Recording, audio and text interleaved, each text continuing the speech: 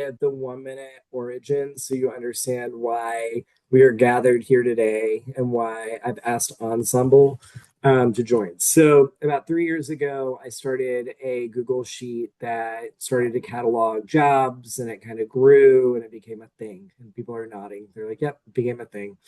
So, it became a thing. And my commitment has been to keep it free. And I promise there are other ways that like I'm able to pay a mortgage. So, but the jobs blast stays free. But I started having an epiphany because organizations like Ensemble sponsor me and they're very smart. And I was learning from them when I was a chief academic officer last year about multilingual learners because we were a brand new school district. And fun fact, we tried to hire one multilingual learner teacher for our preschool, elementary, middle, and high, and thought we could build a schedule that would work, and that did not work. So they were very helpful, and I'm very thankful. But I was like, man, if there are all these people signed up for the jobs blast, like, what if we also gave them free resources while they're at their job? So that way, maybe they stay at their job and do great things for kids.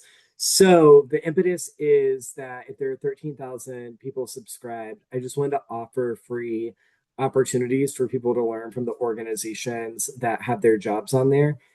And then there's no sale today. There's no pitch. All this is subject matter experts sharing with you all being able to ask questions and make connection.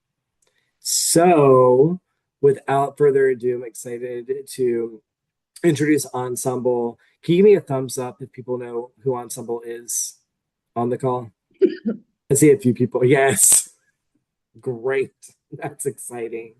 For people that don't know, so I'm really starting to watch nonprofits that are excelling right now in our current federal funding climate. The ones who are doing exceptionally well are those who are positioned as subject matter experts with something really specific, because then school districts and charter school networks know exactly who to reach out to. When you have this really specific HR crisis, you need multilingual learner support, you need students with disability IEP writing. So Ensemble is one of those that I've watched grow alongside the Jobs Blast, and they are multilingual learner experts.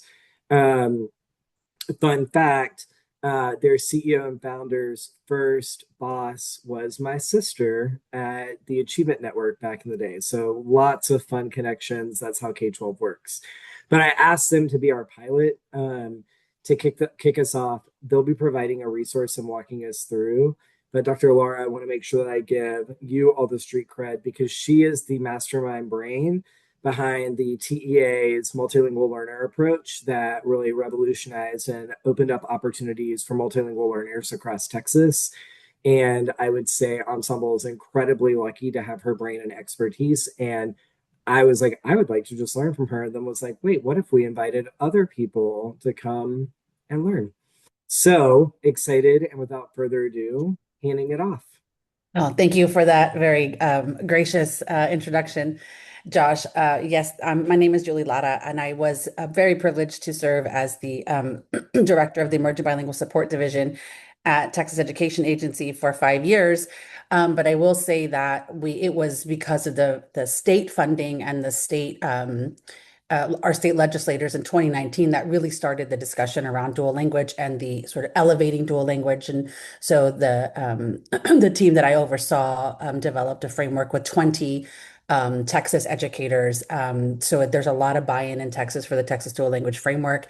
It is research-based and Ensemble Learning was a part of that actually in 2021 in terms of helping us create the framework, and they sort of facilitated a lot of our the facilitation to create the framework, and they also received an MPD grant, a federal grant that Josh may have referenced earlier, to continue to roll out and scale the framework, because at a state agency, while we had the funding to some degree, we didn't have access. We had access to all the schools, but there's 1,200 school districts in Texas, so we needed a lot more help than just our webinars and things like that. So anyway, I am very happily now at Ensemble as the managing director of programs.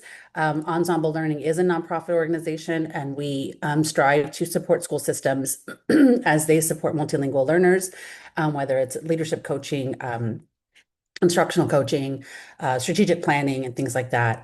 Again, multilingual learners are our um, that they are the niche and they are the population that we'll talk about in a second, but that is very near and dear to all of our hearts. I think everybody at the organization is connected to a multilingual learner, if not themselves multilingual learners. So anyway, very proud to work for Ensemble.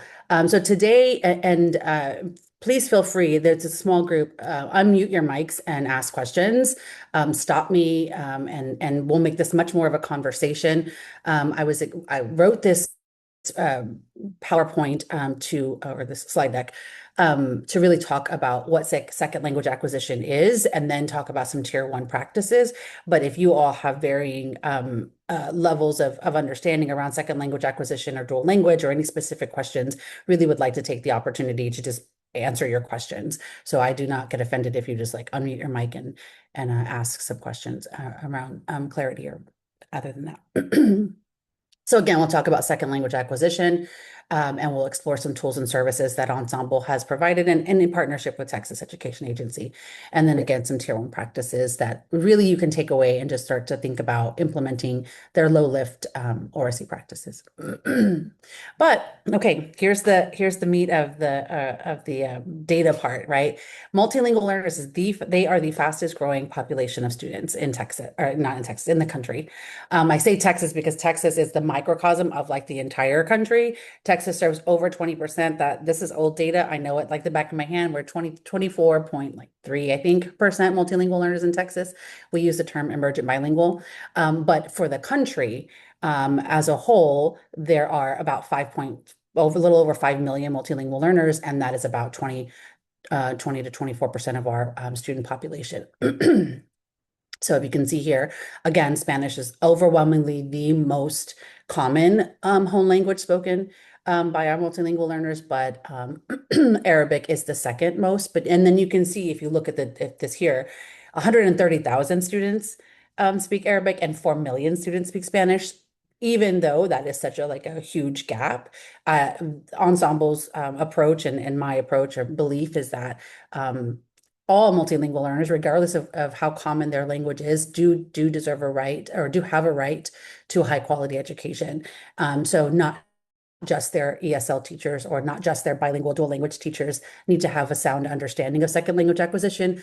Everybody that serves a multilingual learner should have a sound understanding around the foundations of SLA.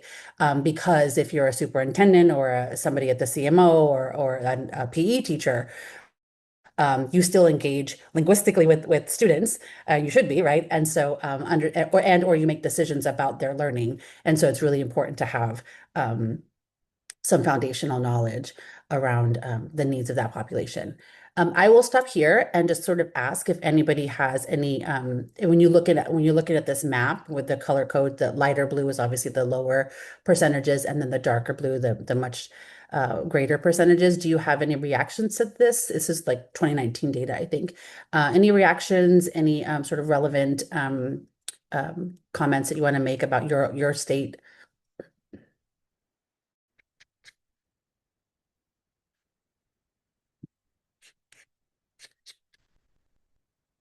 Not a problem. I wanted to name one thing. I'm excited to see both the growth and the identification. I was talking to a school district specifically about the way that they take the home language survey for initial identification. And they're starting, given the current political climate, to have families who are reticent to complete the home language survey. And so not doesn't have to be an immediate, but I am curious because they asked operationally, like, how would you do registration? I'm like, I don't know, but I'm going to webinar, so I'm going to ask some experts ways to think about identification given the current political climate. That's something that we dealt with a lot in Texas. We actually, as an agent, so there's only two required questions for the HLS. Every state does it very differently. Some states have 14 questions on their home language survey, but there's only two required questions. What language did your students speak, and what do they? I'm sorry, I'm forgetting them off the top of my head right now. What language is spoken in the home, and what language did your students speak? Those are the only two that you have to answer. So school systems really should, or states really should look at their home language survey and try to make it as lean as possible and as like no student, you cannot ask for social security numbers, all those things. You don't need to. And so I would really start with the state agency and or where their where their authority is to modify the home language survey. But yeah, and then also the accuracy of that data collection is really inconsistent because many school systems use electronic enrollment forms. Those aren't always easily accessible for multilingual families, just depending on their socioeconomic status or access to technology, you know, updated technology and things like that. So there's lots of issues with the HLS. I don't know what's happening federally around that. I don't think there's any major legislation that's going to change the requirement right now. But that is definitely something that we noticed when we actually in Texas restructured the way that we gave our home language survey. And we looked at other home language surveys across the country. And again, some of them are like 2 pages long, and you don't need all that information. And parents don't want to answer that information, especially anymore. Just because that came up, any thoughts or questions about the HLS? I'm from Texas too, Julie. I was a campus and district leader, so you're speaking my language literally. And I was a principal and executive director in Dallas ISD, and so this is very familiar territory. And I think I speaking from Texas, and then where we're at as a nation right now, looking at the dark blues and the blues, it frustrates me to no end that still when we look at instructional programming purchases that this type of data and who we're actually servicing, it hasn't really been considered, because since I became a teacher some odd years ago, we were always the second fiddle or third fiddle or not even a thought at all when it came to the instructional programming. I still remember doing the copy machine and translating everything into Spanish as a teacher. So I'm wondering, and nationally, how if that decision making process has changed, or if it's still the same. I mean, I think to your point with the political climate as it is, we're in a real interesting space. So how at Ensemble and in my personal opinion, as a private citizen, I think it really does go down to the school leader, the district leaders, to prioritize. They still have local authority, and that we still have laws that say we have to educate multilingual learners and that they need to learn English. And so in learning English, using their home language is the best way for them to learn English. And we'll talk about that in a second. But yeah, I would just say that in my experience, it's going to come down to the district leaders and the school leaders who believe in supporting this population of students equitably, until we are unable to do so. And even then, there are other, so that's my thought there. But yeah, fastest growing population of students, Spanish being the overwhelmingly largest language spoken, with Arabic being second.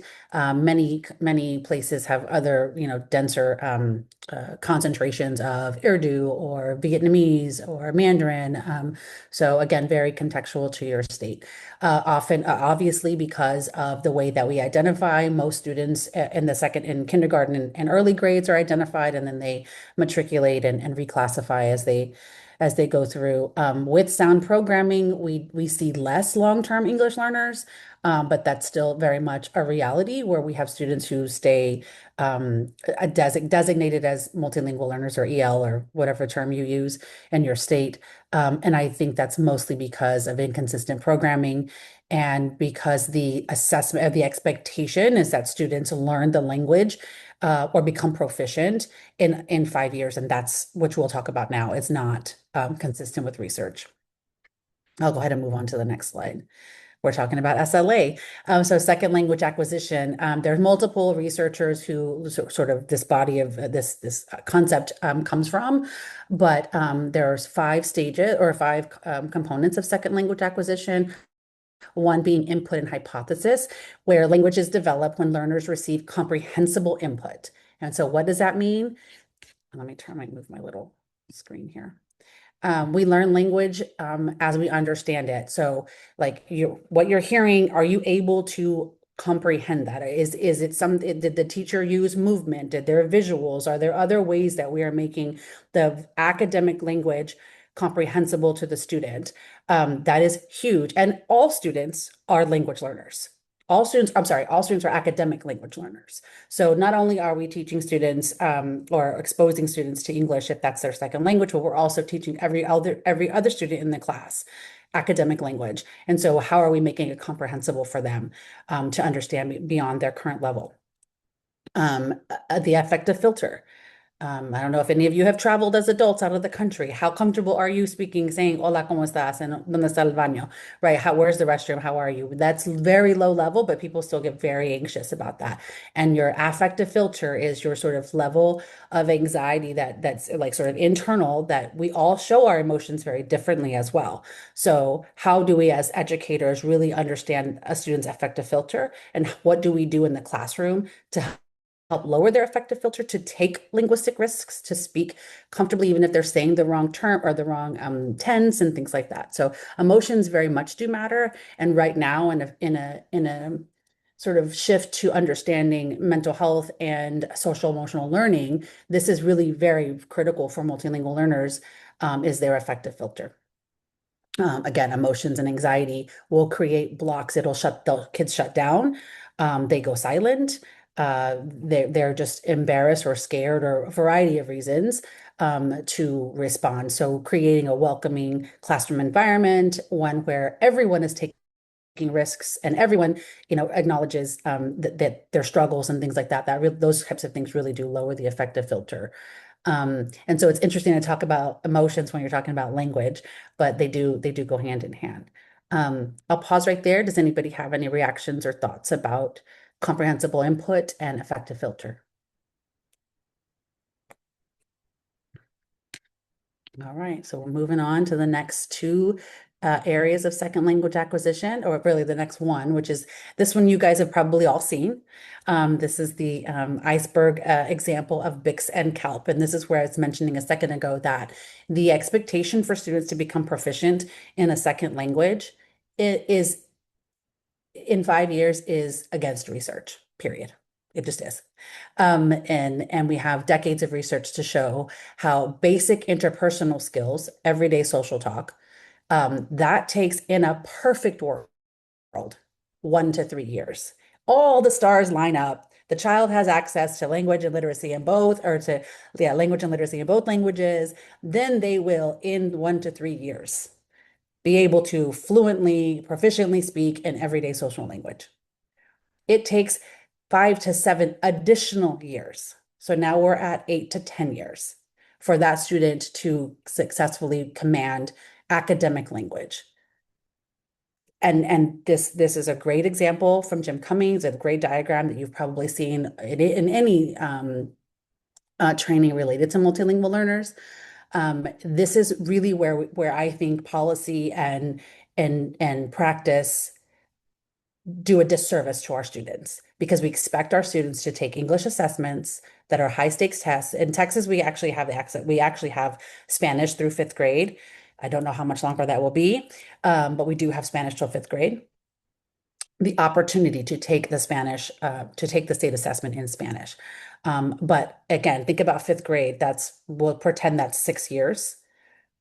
And again, if the student had high quality instruction, consistent programming, literacy in both languages at home and at school, parents, all of those things, perfect linguistic world, would the child then be ready, maybe by 5th grade, to take an assessment in English, right? So without all the, the instructional supports happening, without the instructional supports happening from pre-K to 5 in PE and in whatever, especially that's if they're not in a dual language program, like if they're in ESL. In ESL, they're never getting their home language. They're never learning to use their home language to create cognitive, to strengthen their cognitive muscles to get to that English language. And then again, to then acquire now the academic piece. I would love to hear anybody's reactions to this and your experiences in working with multilingual learners, maybe like a third grader. So I'd love to have you guys come off mute and just kind of share your thoughts about Bix and Kelp.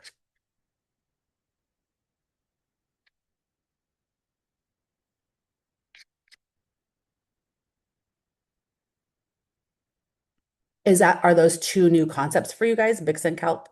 Is that something that you hadn't heard before?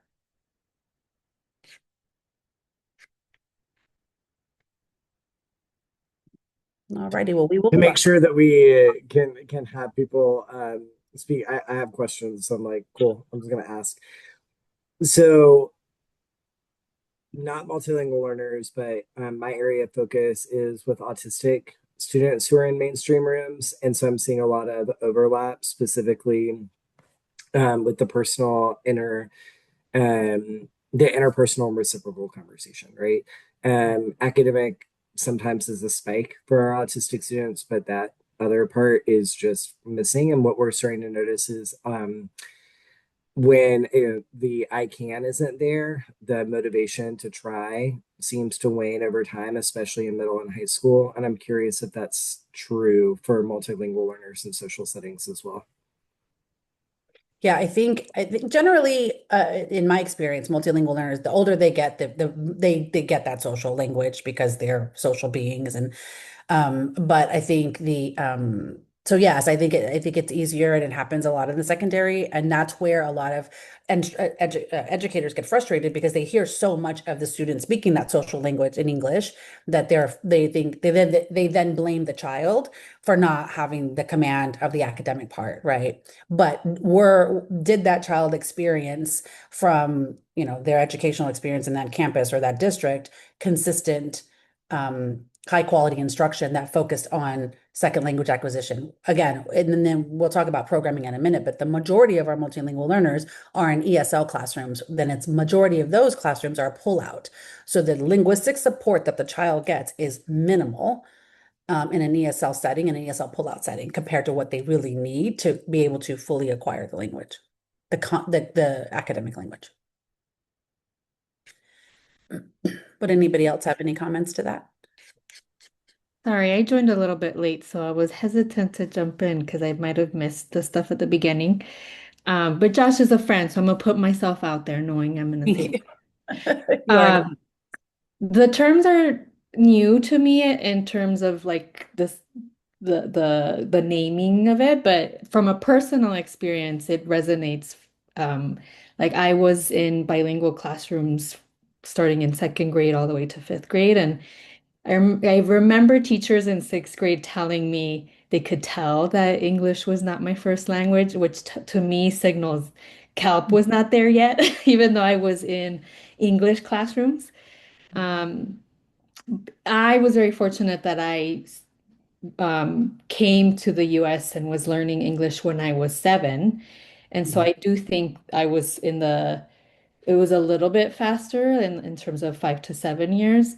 And I'm curious, like, is that is that a normal pattern? Like the earlier students start, the shorter the time, particularly CALP, like do they get closer to 5 years if they start in elementary versus middle and high? And I'm hoping later you might cover like what do you do in the later grades when there's less time to maybe accelerate some of that learning?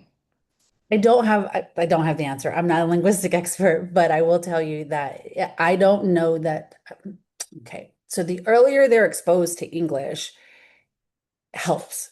It definitely helps, right? But I think it's the instruction that the high quality instruction that integrates second language acquisition practices that help them get that CALP faster. That's just my experience professionally and understanding that students they, our multilingual learners, again, the majority of them are American citizens, like we're born here. But some of them come, at different times in their lives or immigrate here at different times in their lives. And so we don't know what exposure to English they had then and how it was, and again, it's about the quality of the early literacy and the early language, right? Like, are their parents professionals using high academic terms in both languages or even in just one language, right? Whichever the language might be. So in my experience, it's really about how the quality of instruction. That's really it. And the programming, and that, so let me back up. The programming and the quality of that instructional programming is what I think makes a difference for them to acquire CALP early. And then every physical body is different, right? And every brain is different. And so some kids are just, quicker to internalize than others. Any other comments any other comments to Bix and Kelp? Then with that, I'll go ahead and move on to I keep pushing the wrong button. Move on to this next piece, interlanguage. And this is the idea. So I think I'll talk about that in a second. The idea that we bridge in our brains as multilingual learners. So we're not blank slates. So you're not coming to learn English and, the pobrecito, they don't know anything. No, they do.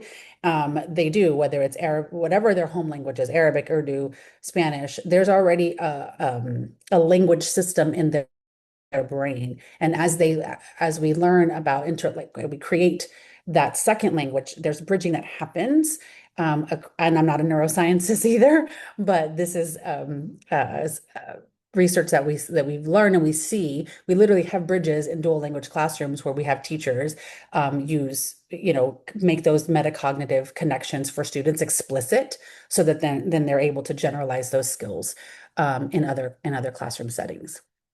And then the sociocultural theory is that language grows through interaction and collaboration. We have to let students have productive struggle. We can't be rushed to give them the answer in English. Or Spanish or whatever. We really need to help students flex those muscles, flex those two systems, and takes time to flex that system. But to know that language grows through interaction and collaboration. So letting them talk to one another. I don't think I have the quote in here, but Dr. Leo Gomez, who is one of the founding researchers of the dual language model, says that a quiet classroom is a sick classroom. Kids need to be talking and they need to be interacting so that they're using both 4 and 5 are happening. 4 their cognitive structures, and then 5 they're talking socially. Affective filter is down. There are opportunities for risk taking in a small group. They're talking to their peer. They're not answering to the whole class in front of the teacher. So opportunities for collaboration and interaction are super helpful in the process as a student is learning the language, and should be a really critical instructional practice that you see happening in all of your classrooms, regardless of whether it's ESL, bilingual, or special education. Like, all kids in every classroom should be talking. Because as obviously all of you guys were teachers, the more talking you did, the more tired you were at the end of the day. If you facilitated discussions and you facilitated opportunities for kids to talk, they're not only learning more, but they're using their language more. So those are the sort of 5 components of second language acquisition. And I'll go back to them just so you can see them really quickly.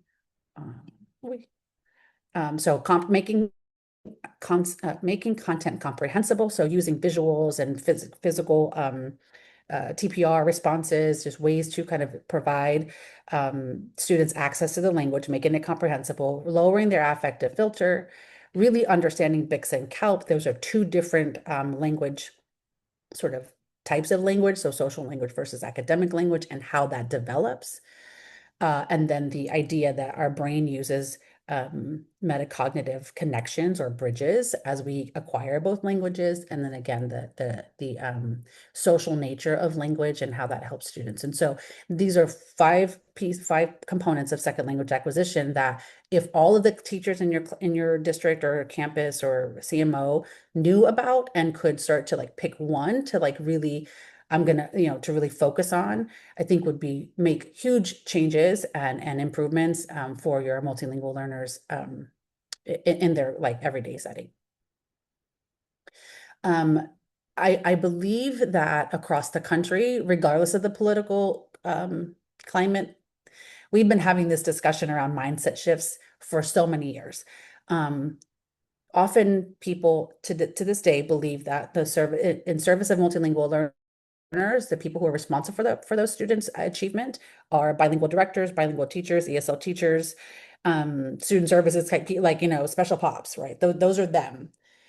That is a gross sort of it's just a misapplied mindset, right? Like we already have learned, there was probably when I was a kid 40, 50 years ago, the idea that you learn that the kids learn languages when they're younger, and the older they get, it's harder. Like that's a myth. So second language acquisition helps us to debunk that idea that English, we got to teach them English now and immerse them all in English. California did that for many decades, and they will tell you, I know them very well. Many educators in California, they will tell you that was hard. Like that was not good. Their outcomes were not successful. Their students were not successful. So they went back to bilingual education. Arizona also tried it. Didn't somebody say they were from Arizona? Somebody here currently in Arizona? They're not in the English only anymore, right? But they were, I think, maybe 10 years ago. I don't know that you know the exact answer, but I do recall that they went to English only. But not like California did it for like 20 years, I think. And then Arizona did it for like much less here in like the recent, like last decade or two. I don't expect Texas to do that.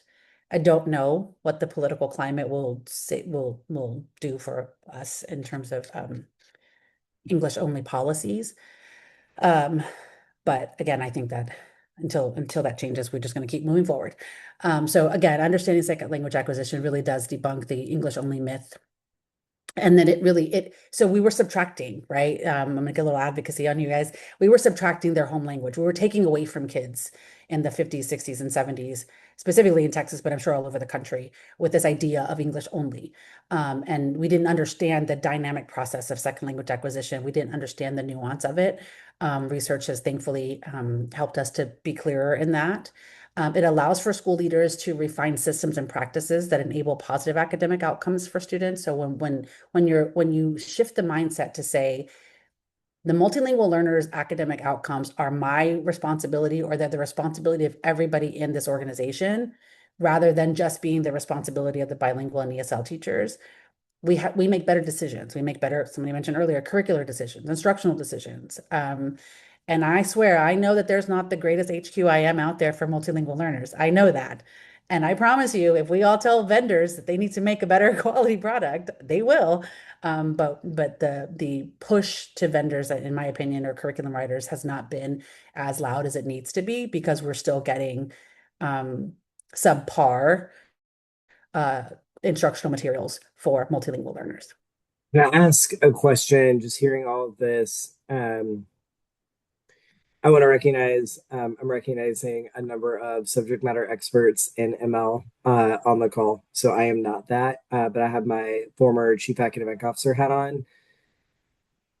And I'm going to just throw out a few mindsets that I've heard over the years from school leaders and just hear how you might think about addressing them. One is we say ELL in Tennessee, right? Hey, my ELL population is just part of my super subgroup.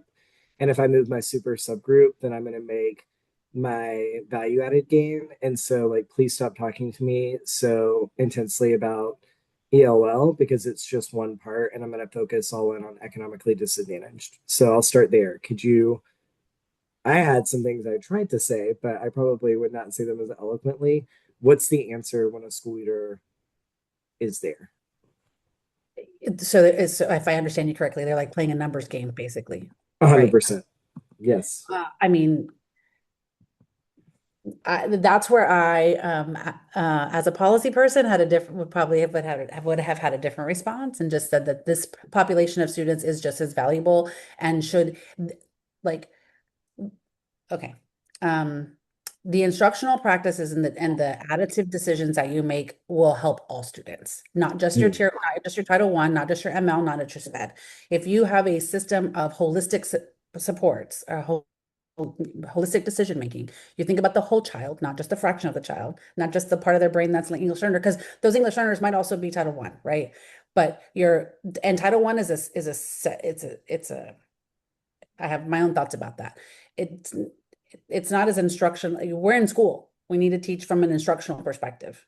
So multilingual learners have an instructional need that is very clear and academic, right? A student who has Title I was Title I growing up. I didn't have academic needs. I had other needs, but I didn't have academic needs. And if we want to like change trajectory, if we want to change reading outcomes, let's just talk about that. Right? Like everybody's in the tank for reading, their scores for reading, right? So I just would kind of use data. I don't have an eloquent response because I was listening to you and getting frustrated and just hearing that that's how people respond. Yeah. But honestly, my mind would go to we're in the business of education and we need to make sound educational decisions, and someone's financial situation, while it does, as I'm an educator, I understand it does impact their day to day and all those things. There are different resources for those students. We need to think about instruction, and we need to have really specific, coherent instructional plans that include multilingual learners, period. In my opinion, I don't think there's a yes and. I think it's Can I give you another fun mindset in our Rebel, and then we'll keep rolling. And I'm curious if other people have them. I also may be the one who has heard these, and maybe other people haven't, but I suspect other people have heard the mindsets. The second was, my teachers are too novice and too green because I am bringing in so many new teachers and I can barely get them to do HQAM and manage a classroom. So how can I expect them? And this is true for, I've heard it for ML and students with disabilities. Like that's my next level. I can't even get there yet because these people don't know what they're doing. And I'm seeing some head nods from people, like, so maybe that one resonates. What's the answer? I feel like I know what your answer may be, but I'm just curious to hear what your answer is. So I think a lot about that as I used to support student teachers. Um, just like our classrooms of 30 kids come with varying levels of starting points. So do our new teachers, right? I think when you again make a commitment as a school or district leader, um, let's pick Oracy, but then the whole campus does Oracy. So it's not just them, overburdening the special ed or the multilingual department or whomever else. Everybody on the campus is focused on reading and Oracy.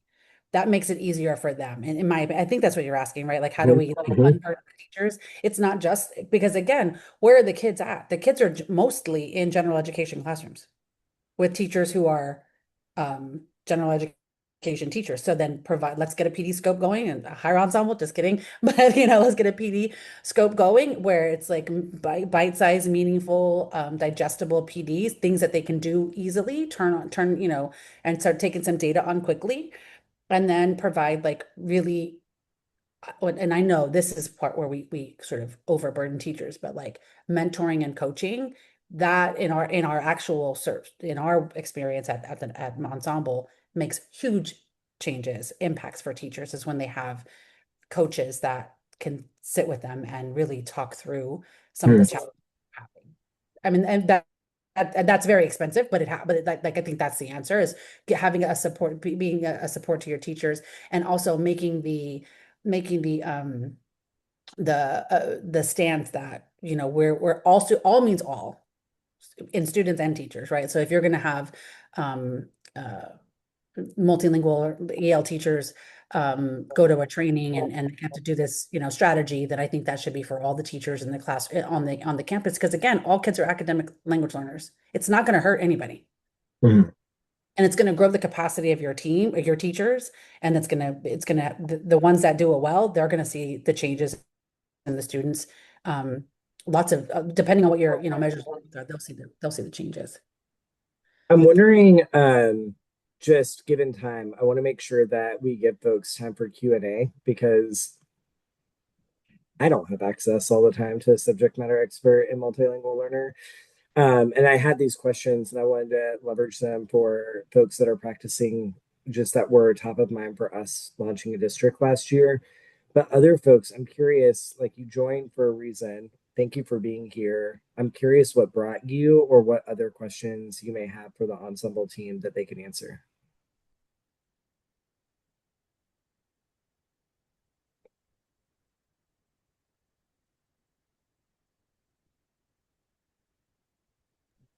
I don't have a question, but I just want to say all of this is affirming. I gave a regional PD during the summer where I caught myself saying a lot of throughout the whole presentation is like we have to give access to our multilingual learners. Like that's the basis of it.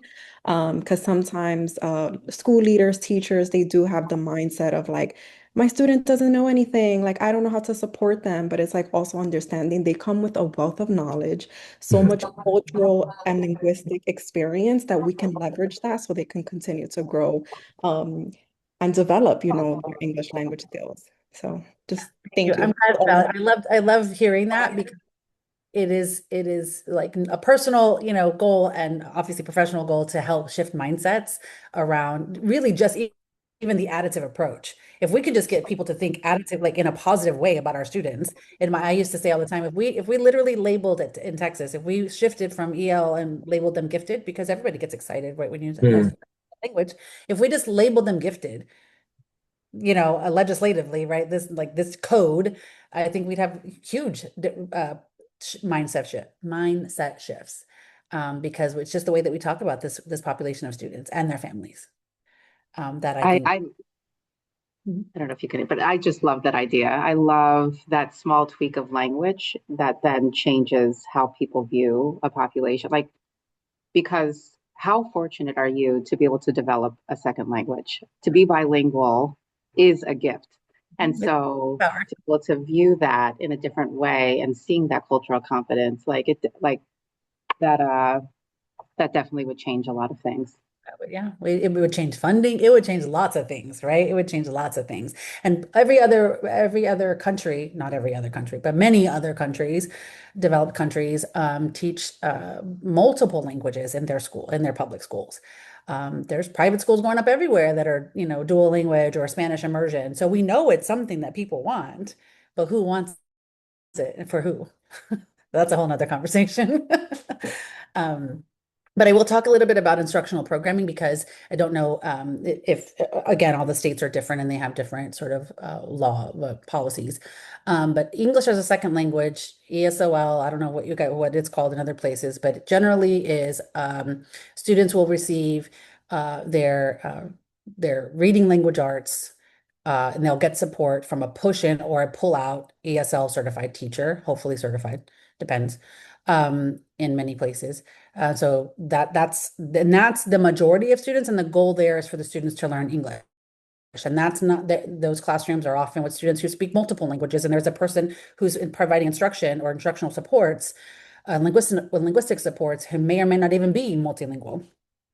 Transitional bilingual education, again, the goal is English attainment. And that model is where the majority of those models are about 2 years. They expect students to be in all English instruction by 2 years. Literally, you are crippling the child. You are taking away the resources that you were giving them for the first 2 or 3 years.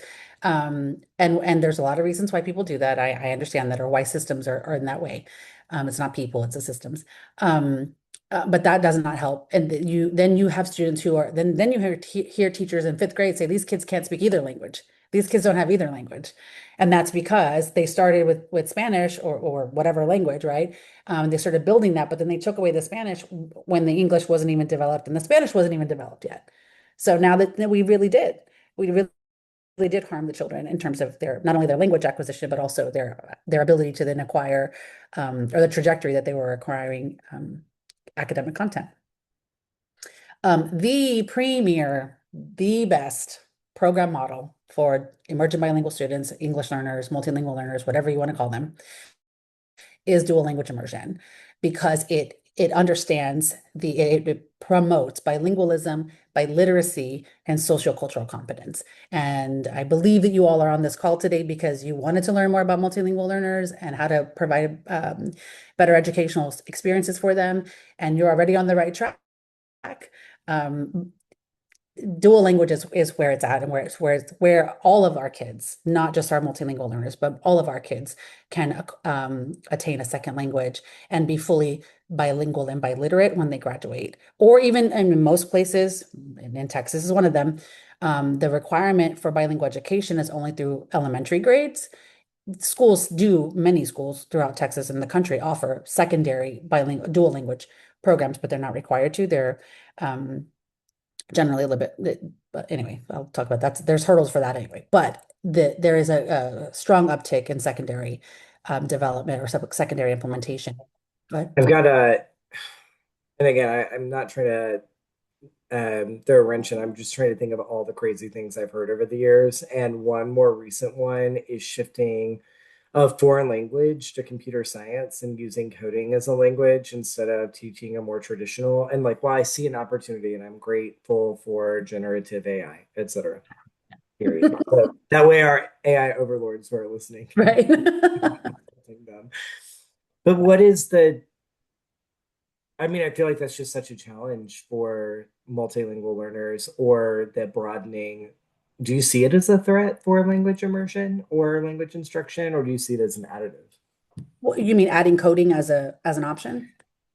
Or So like, for example, in Tennessee, kids can now opt out of taking French or Spanish or another foreign language and just take computer science in lieu of for credits for high school graduation. And I'm like, yeah, I see why that could be cool. And language is still important, right? I Like, actually think I don't mean to offend anybody if you're a foreign language or world language teacher, but I don't think that we as an educational system teach foreign languages very well in foreign language. I mean, I took Spanish 1 through 5, and I'm not a fluent Spanish speaker. And I'm a heritage speaker. Like I speak, I read it, write it. But because of the way that we don't have the same pedagogy that we do for foreign languages, whether it's French, German, or whatever, we don't use the same instructional pedagogy or practices that we do in dual language. That's what really does help. We don't have explicit in those courses. We don't use explicit like bridging and metacognitive experience. We don't talk to kids about how their brain works, so we don't talk about cognates very much. We don't use metalinguistic connections in French 1 or French 2. So I think it's the instructional strategy or the instructional pedagogy that dual language uh, um, that in dual language classroom settings is what creates bilingual and biliterate students. There are some students who will graduate after 4 years that speak French. So great. So in my mind, I think the long answer or the short answer to my long-winded question is that I don't coding, great. Give them that. Give them a STEM, like a great. But are they multilingual learner that can command the language and can command the content, right? Or are we setting them up for failure because we didn't give them a proper academic setting in their program of their required program for bilingual education? can we pause there? And Davis put into the chat the walkthrough tools. Can y'all give a brief overview of the walkthrough tools? And then I'd love to wrap up with some Q&A and then wrap up about 5:58. Okay. So the walkthrough tools, let me see. If you guys want to open them on your own, I was going to try and share screen, but I don't think I can share. Hold on. Those of you who, I'll just open one here on this.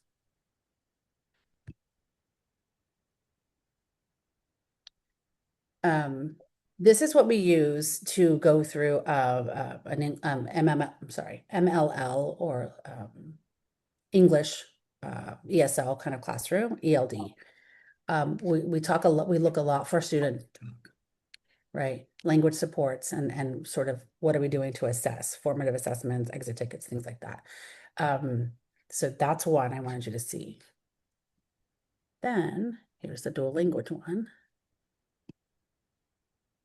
And again, we're talking about separation of language in this one, oracy, bridging.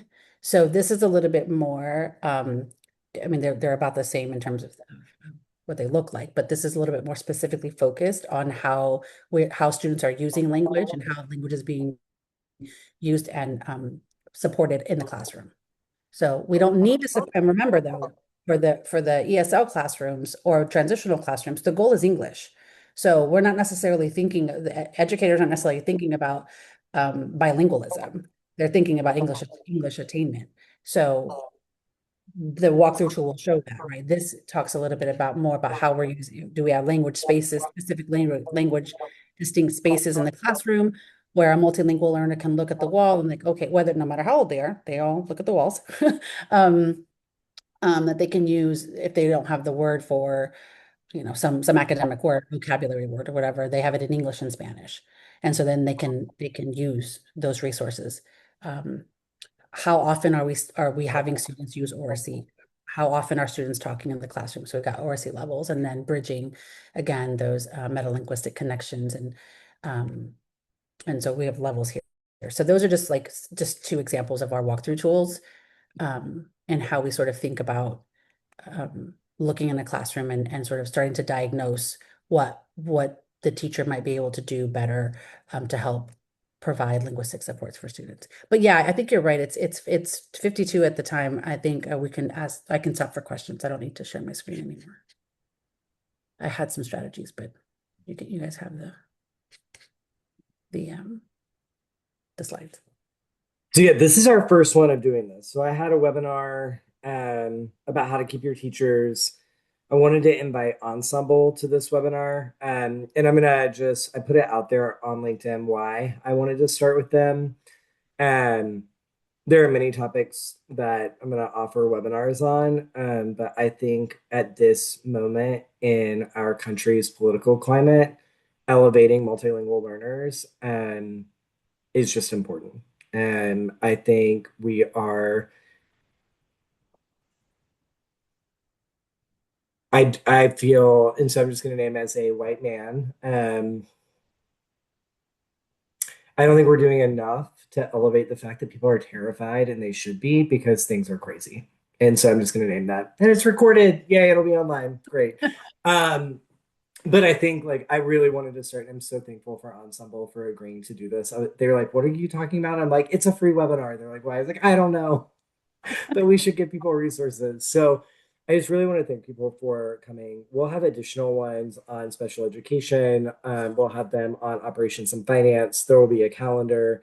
But I felt like there was a there to start a connection and a conversation, because if there are 13,000 people subscribed to a Jobs Blast, people may be interested in staying in K-12 education, but I also don't think that they're going to stay if they don't have access to the subject matter experts and resources. I'm going to pause there because my 9-year-old is ready for a charger for his Nintendo Switch. And I'm excited to hear other Q&As as I grab that. So thank you again, Dr. Laura, for joining, and for Davis for agreeing, and for folks for joining. Yeah, whatever you guys, I appreciate it, Joanna, that this was insightful. Good reminder. Thanks. We're happy to support in any way that we can. I mean, my email's on there. I'd love to engage with you via email. And I'll send a follow-up email for everybody tomorrow. So I do appreciate everybody's time and effort and so on. So I'll connect the evaluation tools, the walkthrough tools again, so then you have them in your email, so that it's not just something that you have to quickly grab off the Zoom links. And I'll make sure that you have more access to those. And we'll probably be sharing some more resources here in the near future as well. So I appreciate everybody and everything. And this was a great little session for us. Thanks, y'all. Thanks, y'all. Oh, you want us to go? I was going to tell you we can come back and do an ORC one if you want. Awesome. Yeah. And also, Alma, thank you. It's so good to see you. Yeah, sorry. I was like, are we hopping off? Is there more questions? I want to listen to them, but I'll hop off. No. I mean, it's just good Oh, to see they're you. not To connect. I'll send you a note. Okay. Thank you. I feel like I could keep learning on this topic. So I appreciate you setting it up, Josh. Oh, Well, thanks, thank Josh. you for coming. That's high praise from you. Appreciate it. All right. Have a good All one. right. Thanks, y'all. All right. Bye. Have a good one. I'll catch up with y'all. And so appreciate y'all taking the time. Absolutely. Thanks. Bye. Thanks. Thanks, Bye. Josh.